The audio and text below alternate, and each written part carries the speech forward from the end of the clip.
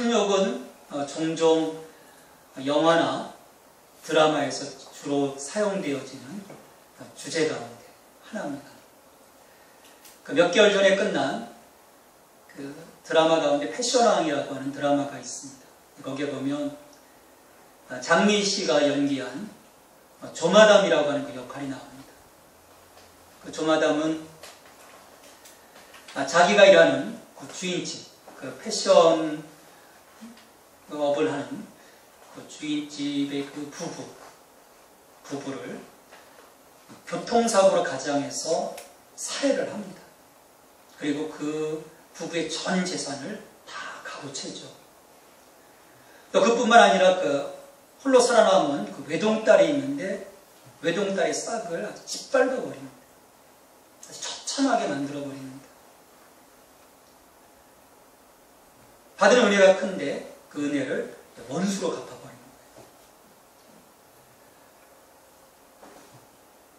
이런 이야기가 얼토당토하는 이야기가 아닙니다. 우리 주변에서 쉽게 일어날 수 있는 비정한 이야기예요. 탐욕이 인간의 역사가 시작된 이래로 죄로 인해 인간 세계 속에 들어오면서 인간을 악한 존재로 만듭니다. 한 사람의 마음속에 탐욕이 들어가는 그 순간에 그 사람은 그 자신의 그 탐욕을 채우기 위해서 어떤 희생을 치르더라도 그 욕망을 자기의 것으로 삼으려고 합니다. 더더욱 이 탐욕이 무서운 것은요, 우리 인간이 소유해서는 안 될 것을 소유하도록 우리들의 마음을 부추기는 데 사탄이 무기로 사용한다는 점. 예수님 당시 이 종교 지도자들이야말로 이 탐욕에 지금 노예가 되어 있는 상태입니다. 그래서 하나님께서 그들에게 맡겨주신, 그들에게 위임하신 그 자리를 자신들의 그 안위를 위해서 지금 권력을 남용하고 있었어요. 하나님을 섬기지 못했습니다. 그런 그 종교 지도자들을 향해서 우리가 지금 몇 주째 살펴보았지만 예수님께서 직격탄을 날리셨어요. 특별히 그 성전에 장사하는 사람들의 그 모든 상을 다 뒤집어 버리시면서 성전을 정화시키셨습니다. 자, 이에 그 기분 나쁜 종교 지도자들이 예수님께 찾아와서 어떻게 이런 그 일들을 누구의 권세로 감히 자행했느냐 따져 물었지만 예수님께서는 즉각적으로 대답하기를 거부하셨습니다.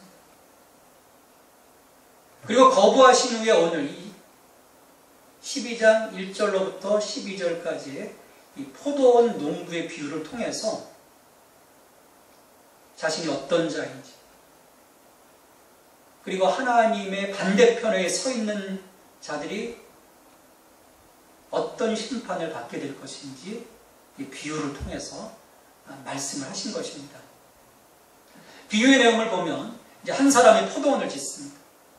팔레스타인의 그 지역에 포도원을 지었어요. 울타리를 두르고 망대도 세우고 또 포도즙을 짤 수 있는 틀도 만들어두고, 그리고 이 포도원을 여러 농부들에게 임대를 했습니다. 포도원을 맡겨두고 이 포도원 주인은 타국으로 떠나게 돼요. 보통 포도원 농사가 시작되면 4, 5년 정도 지나야 거기서 소출도 얻을 수가 있습니다. 그래서 주인은 그 소출이 열릴 그때에 종을 그 포도원에 보내게 돼요. 가서 합당한 세, 처음 계약했던 그 소출의 세를 받아오도록 종을 보냅니다. 근데 농부들은 이 포도원 주인이 보낸 종을 집단 폭행하고 빈손으로 돌려보내요.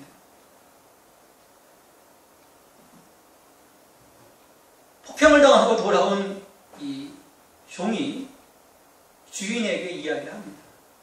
저들은 주인님에게 지금 소출을 하나도 주려는 그런 마음이 없습니다. 큰일 났습니다. 근데 포도원 주인은 믿기지가 않았어요. 뭔가 잘못되었겠지. 또 다른 종을 보냅니다. 근데 이번에도 이 농부들은 이 종을 때리고, 그래서 종이 머리에 상처를 받고 빈손으로 돌아오게 돼요. 하지만 포도원 주인은 또 참고 다른 종을 보냅니다.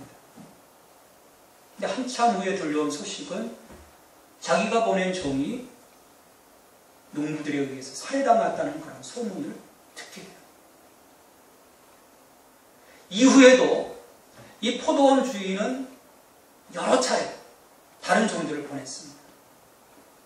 근데 그럴 때마다 농부들은 이 종들을 때리고 심지어 죽이기까지 계속적인 그런 주인을 향해서 거부하는 그런 반응들을 보였어요.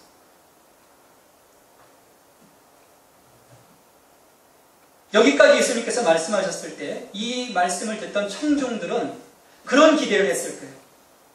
야, 이제 저 포도원 주인이 화가 단단히 나서 가서 농부들을 처단할 것이다. 처벌할 것이다. 근데 그런 기대는 여지없이 무너지고 말았습니다. 예수님께서 말씀하시는데 이 포도원 주인은 마지막 남은 한 사람, 자기가 사랑하는 아들을 포도원에 보내기로 작정하고, 지금 이미 이성을 잃은 농부들에게 이 아들을 보내는 거예요. 설마 내 아들까지, 내 아들은 그래도 대접을 좀 하고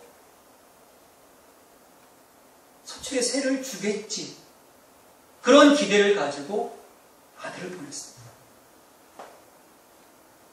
근데 그런 그 주인의 그 마지막 기대와는 달리 이 농부들은 아들을 살해했어요. 그리고 포도원 밖에 그 시신을 던져버렸습니다.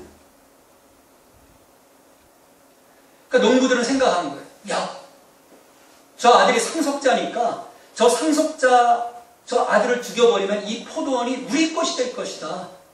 그런 생각을 이 농부들이 갖고 아들을 죽인 것입니다. 어떻게 보면 비논리적인 거예요. 아들을 죽인다고 해서 그 포도원이 자기 것이 될 거라는 그런 보장이 없음에도 불구하고 이미 탐욕이 그들을 지배했기 때문에 그들은 배는 게 없었던 거예요. 판단이 흐려졌던 것이죠. 더군다나 포도원 주인을 얕잡아 갔습니다. 이렇게 한번 보낸 종을 폭행해서 돌려보냈을 때 뭔가 반응이 왔어야 되는데 또 다른 종을 보내고 또 다른 종을 보내고 마지막 상속자인 아들까지 보내는 이 포도원 주인을 보면서 야, 포도원 주인이 무능한가 보다 얕잡아 본 거죠. 그래서 결국 그 아들까지 죽였던 거예요. 여기서 예수님께서 청중들에게 묻습니다. 포도원 주인이 이제 어떻게 하겠느냐? 이 말씀을 듣던 이 대제사장, 서기관, 장로, 제자들 아마 침을 꿀꺽 삼켰어요. 침묵이 흘렀을 것입니다. 잠시 침묵 뒤에 예수님께서 말씀하셨습니다.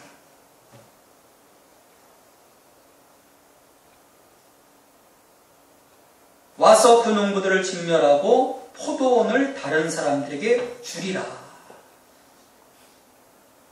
사랑하는 아들의 죽음으로 진노한 포도원 주인이 그 즉시 와서 포도원을 차지하려는 농부들을 진멸하고 그 포도원을 다른 사람들에게 맡겼다는 것이 오늘 비유의 말씀입니다. 이 비유에서 포도원은 바로 이스라엘을 의미합니다. 그리고 포도원 주인은 이스라엘을 언약 백성 삼으신 하나님이세요. 그리고 하나님께서 이 포도원 주인이 파송한 이 종들은 하나님의 선지자들이시고 또 아들은 바로 예수 그리스도를 말씀합니다. 하나님은 이 포도원 주인이 포도원을 만드셨던 것처럼 이스라엘을 만드셨어요. 믿음의 조상들과의 약속대로 애굽에서의 그 종살이를 하던 그 이스라엘 백성들, 400년간 종살이를 하던 이스라엘 백성들을 건져주셨습니다. 홍해를 건너게 하셨고 광야를 지나가게 하셨어요. 그들에게 말씀을 주셨고 그들과 언약을 맺어주셨습니다. 내 말을 너희들이 잘 듣고 지켜 행하면 너희가 제사장 나라가 될 것이고 거룩한 백성이 될 것이다. 그 언약을 맺으시고 그 약속의 땅 가나안 가운데로 이끌어 가셨고 그 속에서 그들을 불꽃 같은 눈동자로 지켜주셨어요. 하지만 어느 순간부터 이스라엘 백성들, 종교 지도자들은 하나님으로부터 멀어지기 시작을 합니다. 우상을 섬기기 시작을 했습니다. 하나님은 그런 백성들을 향해서, 지도자들을 향해서 선지자들을 파송하셨고 그들이 회개하고 하나님께 돌아오도록 촉구하셨어요.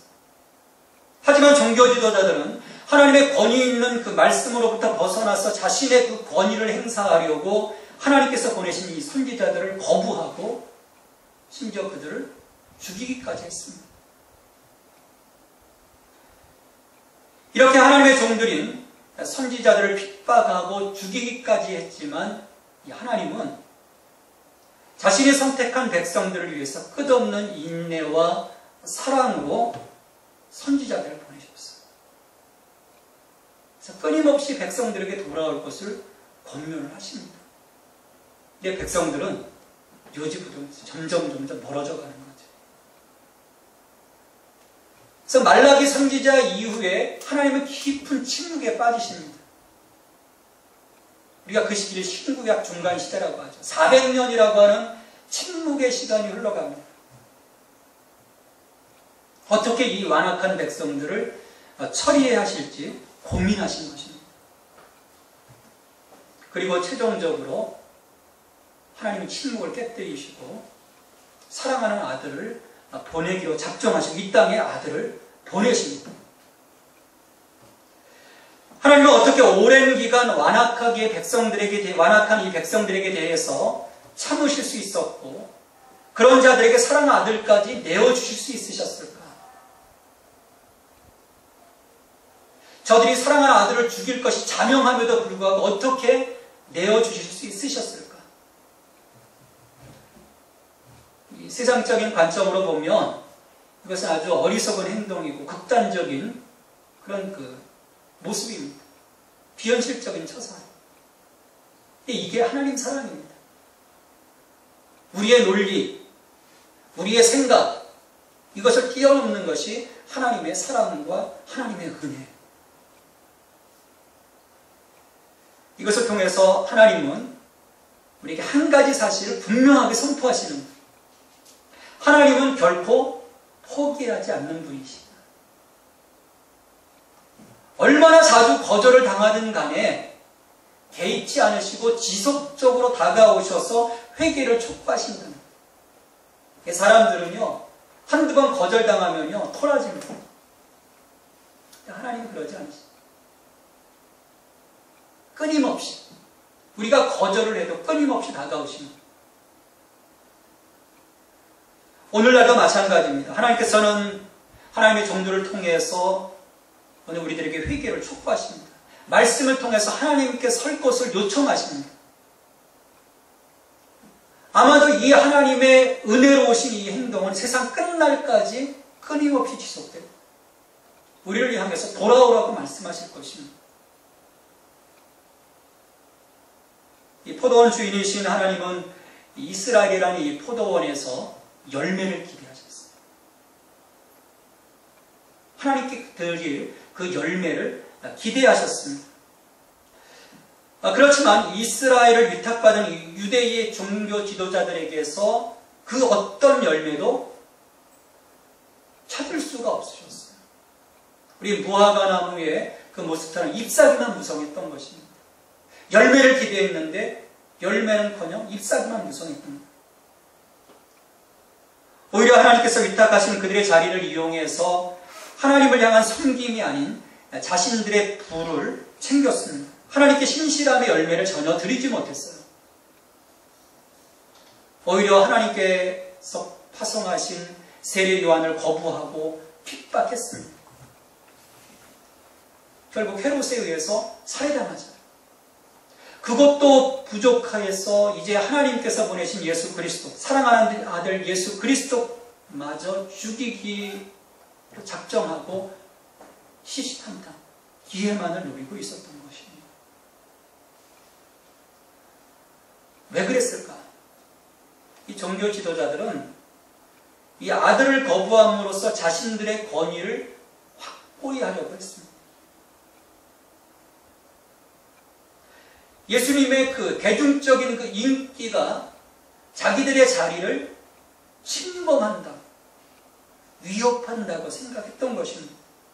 그래서 예수 그리스도에게로 넘어갔던 대중들의 그 마음을 예수를 죽임으로써 다시금 끌어오려고 했던 거예요.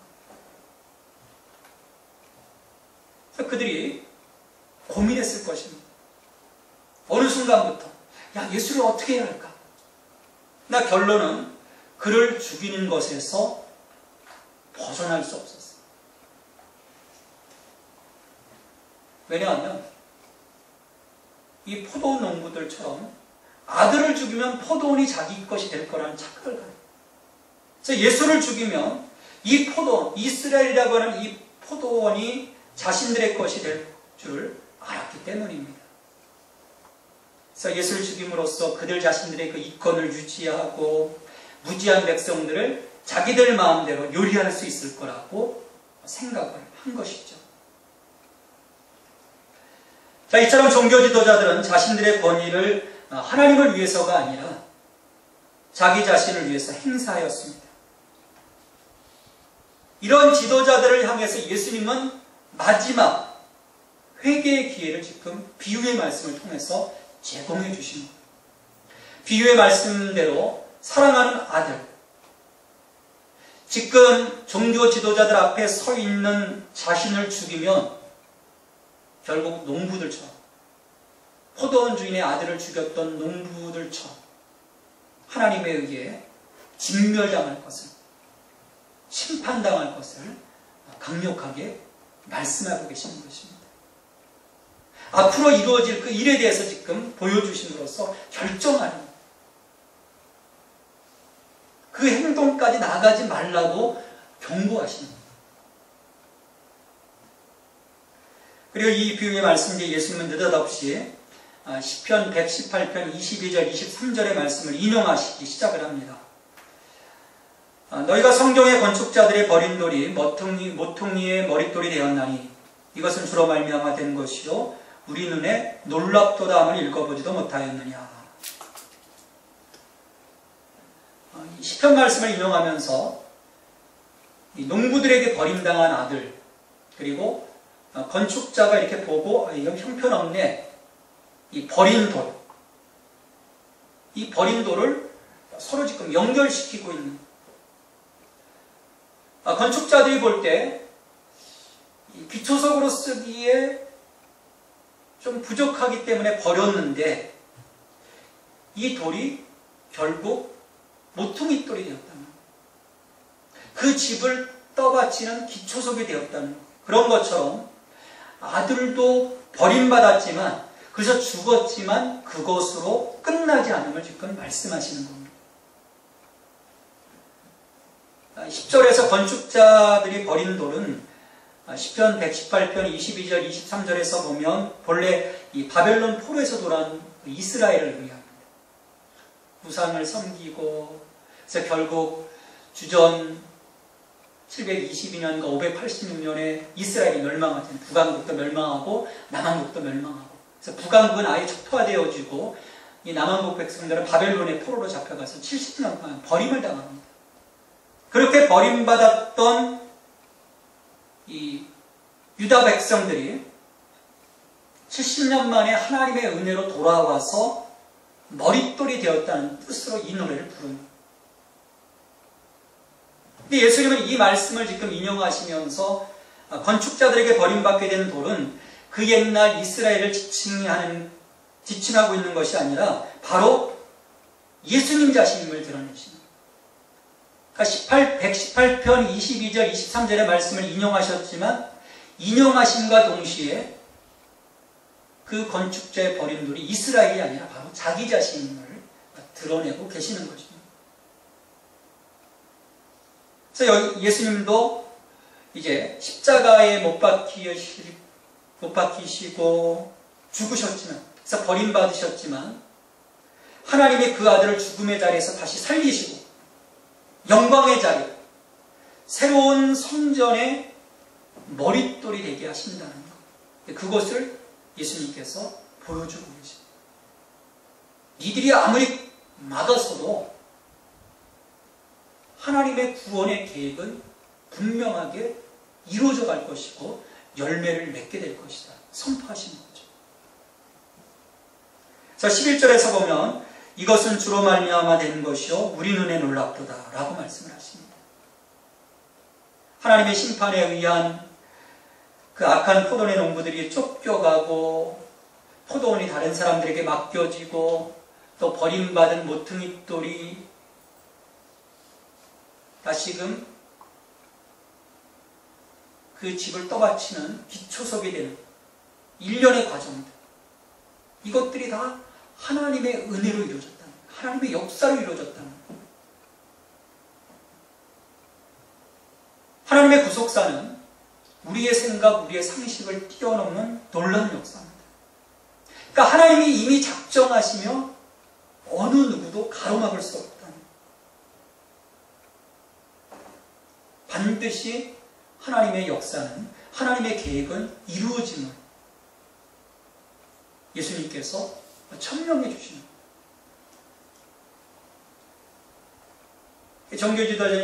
종교 지도자들은 예수를 죽임으로써 자기들의 그 계획이 성공했다고 생각했잖아요. 보면 그것은 성공한 것이 아니었어요.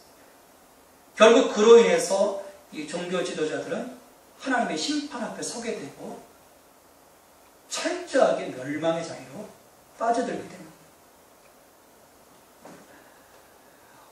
우리는 완악하고도 어리석은 농부들, 즉 이 종교 지도자들의 이 모습을 통해서 우리들의 그 오만함을 볼 수 있게 됩니다. 현대의 이 세상 속에 자리 잡고 있는 이 오만한 이들은 생각을 합니다.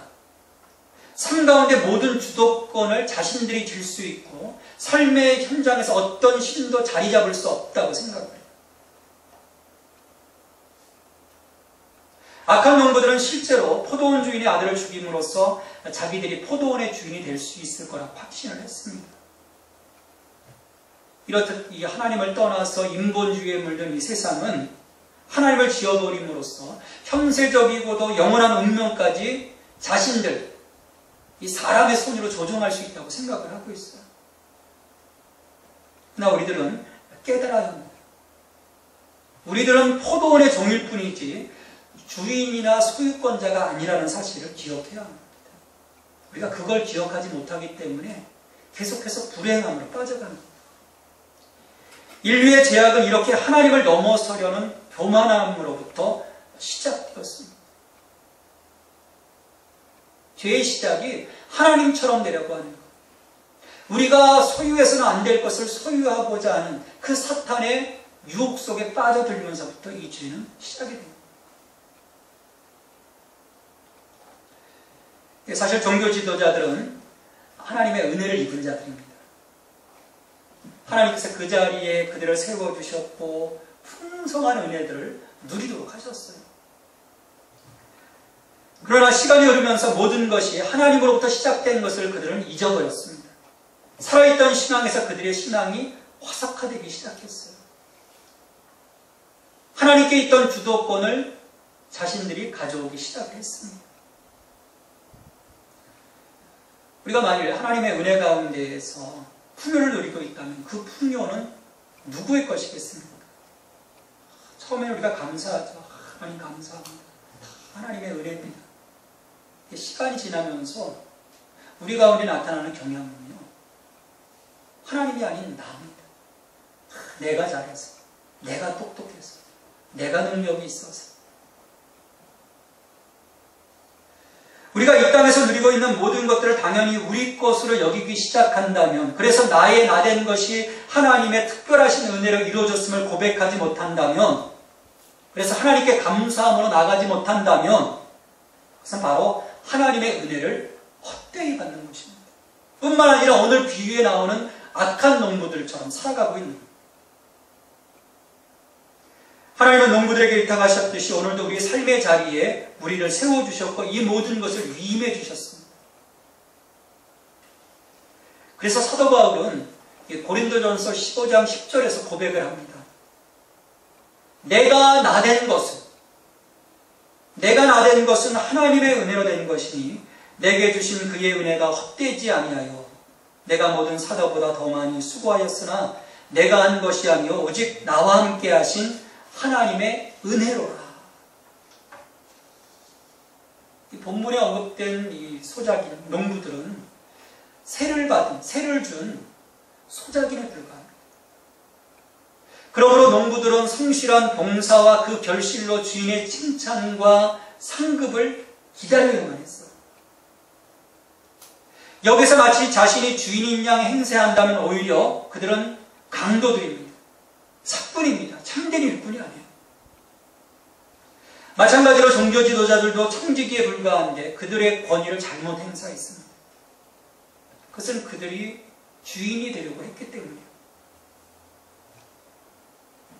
지도자들은 어느 순간부터 하나님이나 하나님의 심판을 인식하지 못하는 자기중심적인 세계에 빠져들고 있었습니다.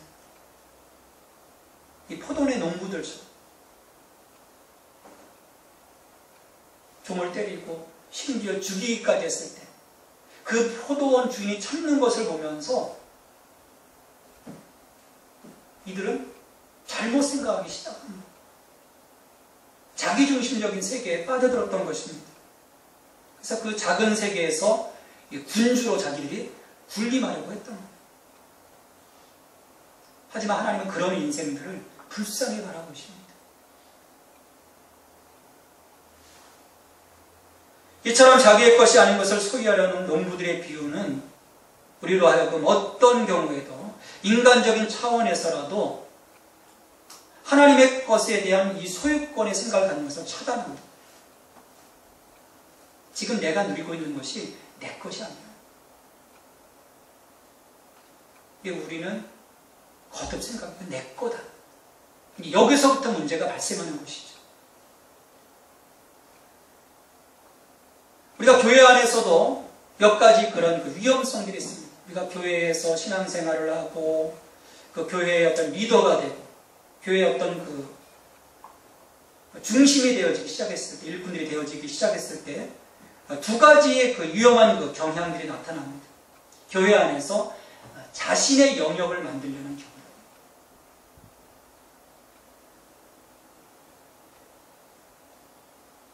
하나님의 교회, 주님의 교회가 아니라 내 교회가 됩니다.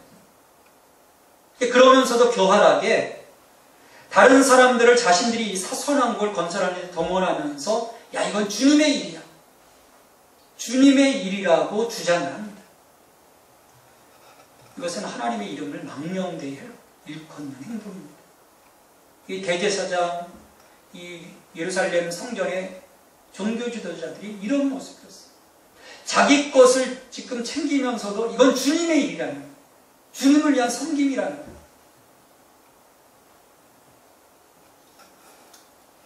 우리가 또한 교회 안에서 리더가 될 때 갖는 또 다른 위험한 경향은 포도원이 진정 누구의 것인지 망각하는 것입니다. 이것을 예수님은 그 당시 종교 지도자들에게서 보십니다.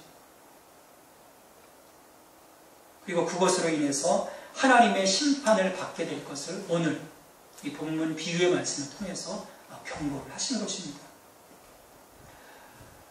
우리는 오늘도 이 포도원의 주인이신 하나님을 위해서 일하고 그분이 기대하는 열매를 올려드릴 수 있어야 합니다. 왜냐하면 그 때가 되면 분명히 하나님은 우리에게 그 열매를 요구하실 것이기 때문에 요구하실 때 내가 그 열매를 기쁨으로 드릴 수 있어요. 그러나 슬프게도 이 비유의 결말, 오늘 그 비유의 결말을 보면 종교 지도자들은 예수님에 대한 적의와 거절로서 끝나는 것을 볼 수 있습니다. 예수님의 이 비유를 들으면서 종교 지도자들은 이 비유가 바로 자신들을 향하는 것임을 깨달았어요. 마음에 뜨끔해졌습니다. 하지만 그들은 그 옛날 그 다윗이 밧세바를 차지하기 위해서 그의 남편 그 우리야, 자신에게 충성된 부하였던 그 우리야를 죽이고 그것을 은폐하잖아요.